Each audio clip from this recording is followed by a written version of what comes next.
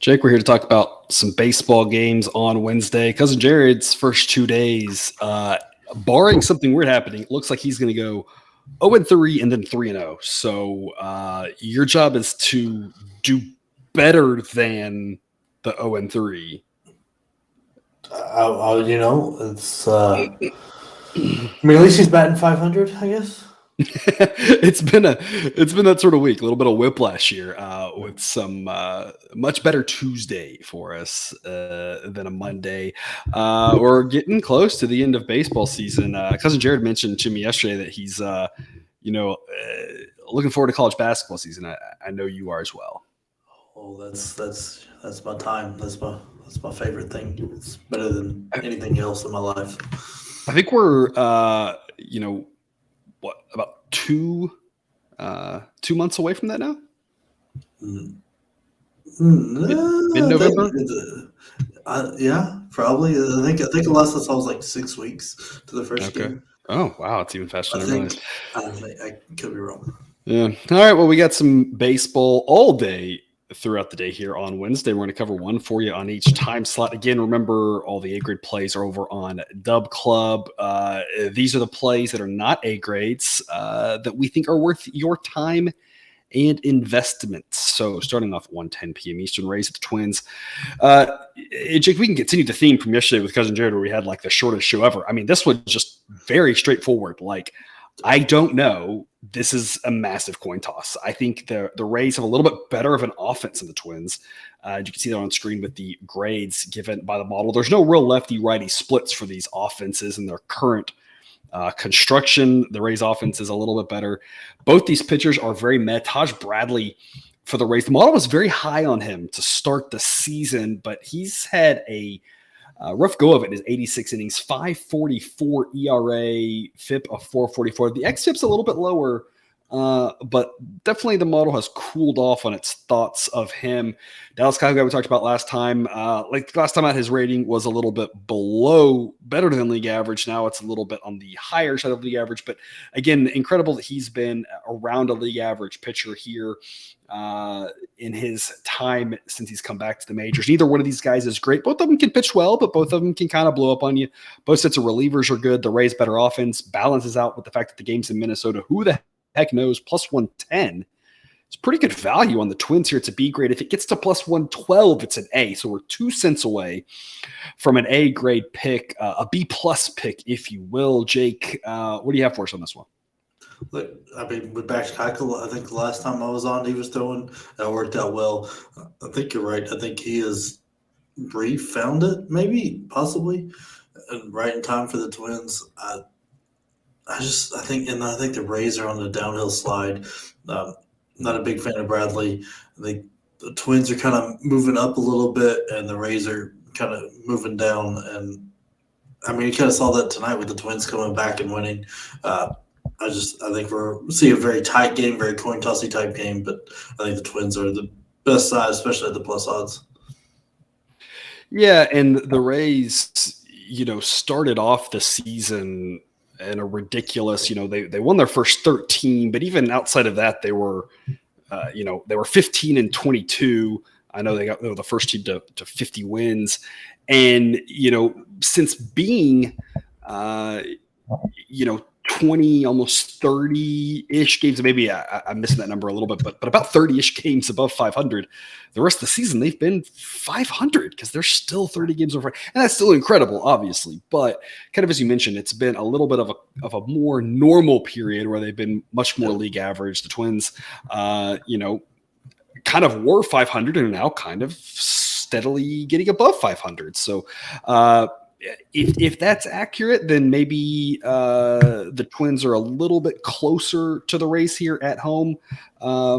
Gives them a little edge. Model already slightly leans towards Minnesota. If what you're saying is true, then maybe we should lean a little bit more to them. Plus 110, really good value on the home team here in a game that should be good. Again, good offenses, starting pitching, good enough relievers that both starting pitchers should have an early hook if things go awry. Should be an entertaining day game, and so plus odds just offers too good a value to pass up. This is the exact sort of long-term bet that profits us in baseball. That maybe in football, unfortunately, maybe you don't get quite the large enough sample size to really see this in action. It takes multiple years, even in baseball. You can see this play out over the course of the season pretty well. So Twins plus 10 B grade for us there to start us off Wednesday afternoon. 6:40 p.m. Eastern, Reds at the Tigers, going from what should be a more competitive, interesting game to a competitive, less interesting game. The Reds still hanging around for the wild card, of course, after their kind of little bit of a roller coaster season. Tigers, had they started off a little bit better, maybe could claim they'd be hanging in there for the AL Central. Of course, the way the Twins are playing lately, they've been running away, but the Tigers have been very okay as of late. Probably a little bit better than the model would give them credit for. But the Reds have been that sort of team all season, to be honest. Here we've got a massive starting pitcher edge for the Twins with Eduardo Rodriguez versus rookie Connor Phillips. Phillips did not make it through the fifth in his first start of the season. Didn't pitch very well. His xFIP was 440 though, so whatever that's worth. Does grade out below average according to Sideline. And Eduardo Rodriguez having a fantastic season, 3.18 ERA. Advanced metrics say it should be a little bit higher. But you have a starting pitcher edge for the Tigers, absolutely. But you have the better offense for Cincinnati. The Tigers should be favored in this game. The only question is by how much, and this is the exact reason about the model to help us figure out by how much. Model says they win 55% of the time and that the price should be 122. So plus 129 offers a little bit of value on the Reds. If it were to get to plus 130, that would be a B grade. So we're talking about C grade right here. Basically B grade value. Not quite a coin toss game, but another situation where plus odds probably too good to pass up, given that you've got the better offense to kind of balance out the weaker starting pitcher. What do you think on this one, Jake? Yeah, I think that's it. It's the fact that the Reds' offense is that much better than the Tigers' offense. At some point, I mean, I know Eduardo Rodriguez can, but I doubt he goes 9. So the Detroit bullpen's going to get in there at some point. And I think the Reds' offense, just like they did in this game, is going to win it late. As long as Phillips keeps them relatively close, I think there's a more than likely shot the Reds pull it out. That's why I love getting the plus 129 here. Yeah, this is key all about the price. We wouldn't be taking the Reds here at even money. The plus 129 is where it's at here. And again, if it continues to go higher, even more value. They pulled out the extra and went on Tuesday, and I absolutely agree with you. That's all Connor Phillips' job is to keep them in this game, keep it a one-run game, through 5. Let the bullpen take over. This Reds bullpen been pretty respectable this year. They grade out relatively well. I'm pretty sure last year they were constantly one of the bottom 5 teams, but they've turned it around this year. Obviously, Diaz having a good year. Addition of Sam Moll from the A's has helped as well, and just some younger guys pitching relatively well. If they can get in this to a bullpen game, given their offense, you have to think they have the advantage. Not that the Tigers bullpen is bad, but the Reds offense at least can do some damage. This Tigers offense, he has a couple guys that can swing it, but doesn't really scare you that much. They've been playing relatively well. Again, and no disrespect to how well they've played. You also wonder how much of that has to do with the fact they've been playing in the AL Central. Maybe if they were in a tougher division, we wouldn't be talking about the Tigers being half respectable. We'd be talking about how they're just another Tigers season, and maybe they've just been beating up on the Royals and the White Sox, and the Guardians, some of the injuries they've had as well. Reds plus 129, worth a shot here, almost to a B grade there for your early evening game, which takes us to the nightcap.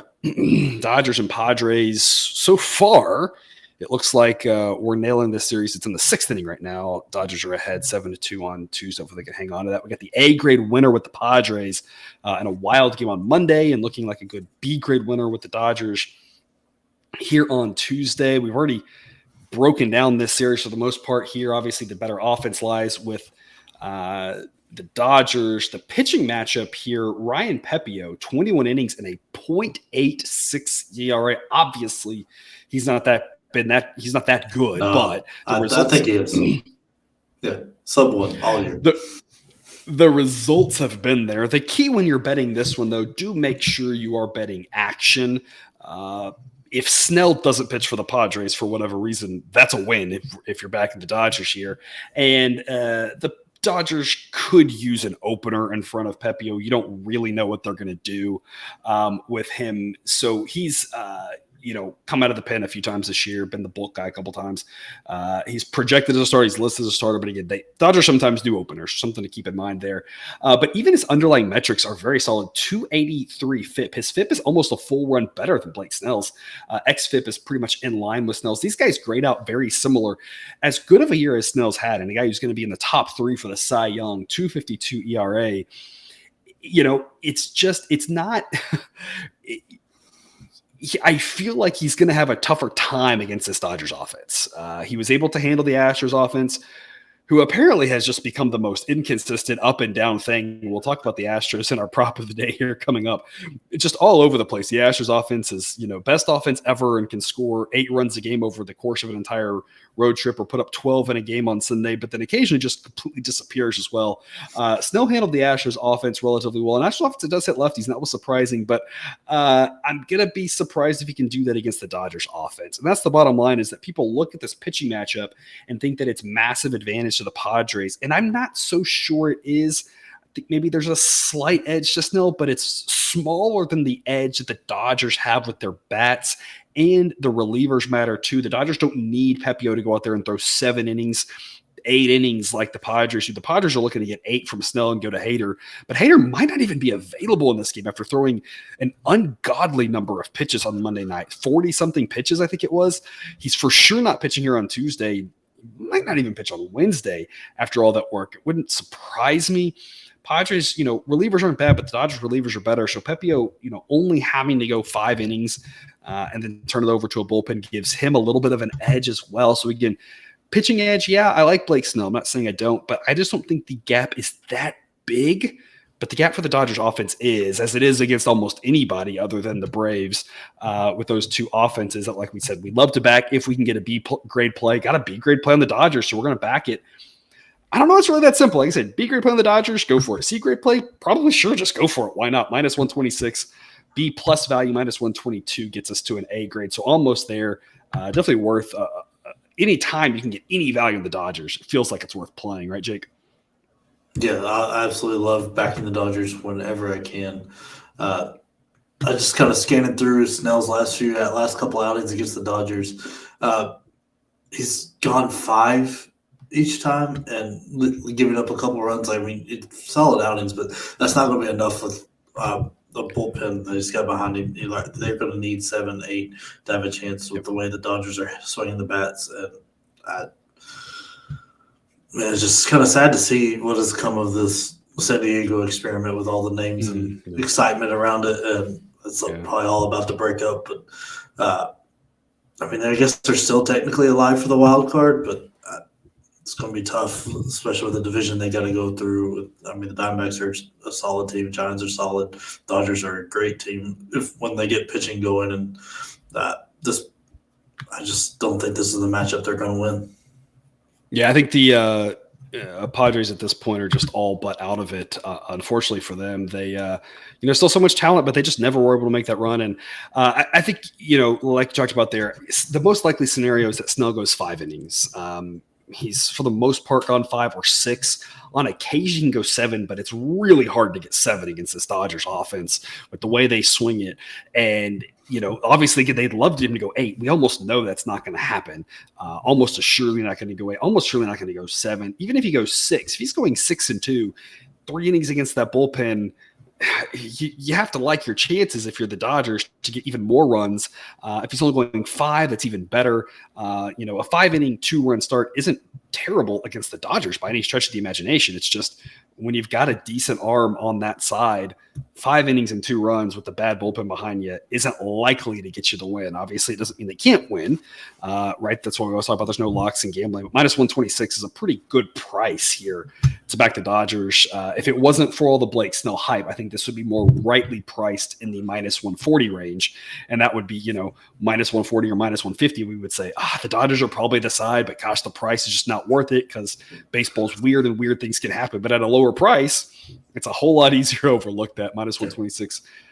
Again, anytime you can get B-grade value on the Dodgers, it's just like an auto play, it seems like. So we're going to try to get here on Wednesday. Which takes us to our pitcher prop of the day. We're going to roll Paul Blackburn over 15.5 outs, plus odds on this one, which is a little bit surprising.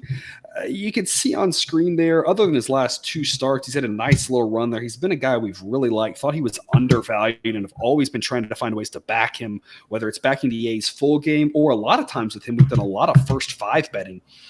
I don't know what's going on with this Astros offense. It could easily just flip a switch, turn it around, and light the world on fire again tomorrow because it's like the most bipolar offense in baseball. It seems like. Maybe I'm just saying that as a fan. I don't really know. But the bottom line is that you see a lot of non-divisible by 3 numbers. So that's key when you're going over 15.5 because they've had the faith in Blackburn to go out there and get an extra inning if possible. And on top of that, with their bullpen, they know they need to. That's why you see a lot of 16s and 17s. They're trying to get him all those extra outs possible. And that's key because if he's questionable to go out there for the 6th inning, clearly they're going to give him, they feel comfortable giving him the opportunity to start the 6th inning. And that's what we need here, just to get 1 out into the 6th. So over 15.5 outs plus odds. I'm surprised it's plus odds.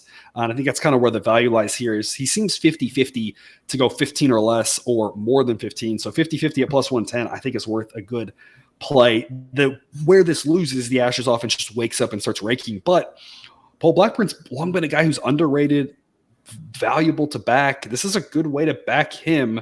Obviously, along with maybe if you wanted to take a stab with the A's first 5, you could try that as well. Jake, what are your thoughts on this one? Yeah, I like that. I like this play a lot because they don't really, they give him a lot of leeway. The A's do. I mean, they don't have a very quick hook with him because he's their best starter and the only one with real value. And so I think they let him go. It doesn't matter how I'm just scanning through here. He had 6 runs on him against Boston, and they still let him get 5 2/3 done. There's 4 against the Nationals and let him get 5 2/3, and then when he's on, he goes deep too. There's several 6s and 7s if you look through there, and I just say it's a really great chance for him to get close to that 6th inning, if not beyond it. Yep, absolutely. All right, well, that is our show today. Again, don't forget to check out Outlier.bet/professor. Get you that free 7-day trial. Check out all the metrics there, all the player props, all the NFL props, all the college football props, baseball props, and just game probabilities and insights as well. So what you can use over there, Outlier.bet/professor for your free 7-day trial. Jake, do you have any parting words to take us out on? No, I'm just happy there's day baseball coming. Yes, day baseball is always good. Lots of games throughout the day on Wednesday. Wednesday's usually a good baseball day, and it seems like this one will be no different. Well, then that's all we've got. Thank you for tuning in to this episode of Picks with the Professor. Don't forget to subscribe so you can show all the sports betting content provided on this channel shoved right into your feed. We'll be back again all week. We just finished the NFL episode, so that'll be dropping here shortly. The college football episode if you haven't caught that, and again, more baseball throughout the week. But as always, until we see you again, best of luck, and remember, you can eat your betting money, but please don't bet your eating money.